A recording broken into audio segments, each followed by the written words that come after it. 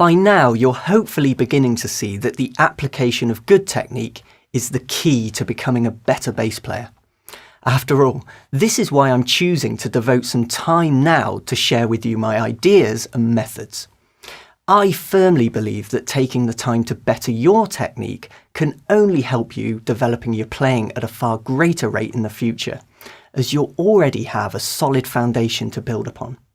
So, continuing on, let's take a look at our fretting hand, how we fret notes and how to be more efficient. Similar to how we looked at the plucking hand, I also want to start by asking you to fully extend your fretting hand out in front of you at shoulder height.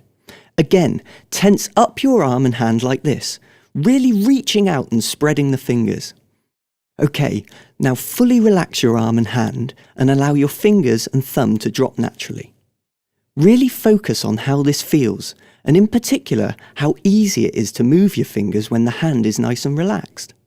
Go on, take a moment and just wiggle your fingers. Try to move them just from the knuckle joint like I'm doing, and notice how any movement here feels really fluid and free. Now, it's worth remembering that your fretting hand should feel no different to this when you're actually fretting and playing notes on your bass.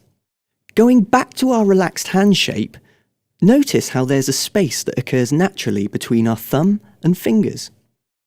Keeping this shape and your hand totally relaxed, I want you to turn your arm over and then offer your hand up to the neck of the bass so that the neck now sits in the little space like this.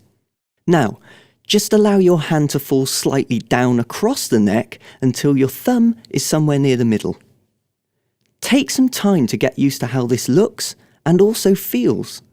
Try sliding this hand shape up and down the fingerboard, but make sure you're still focusing on keeping your hand and fingers totally relaxed. You shouldn't be trying to hold on to the neck.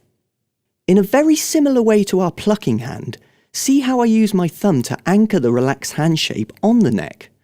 This allows us to pivot the hand either up or down the length of the fingerboard without us having to reach with the fingers. I hope you can see that by overreaching with the fingers, we'd introduce more tension into the fretting hand, which is something that we should always try to avoid where possible.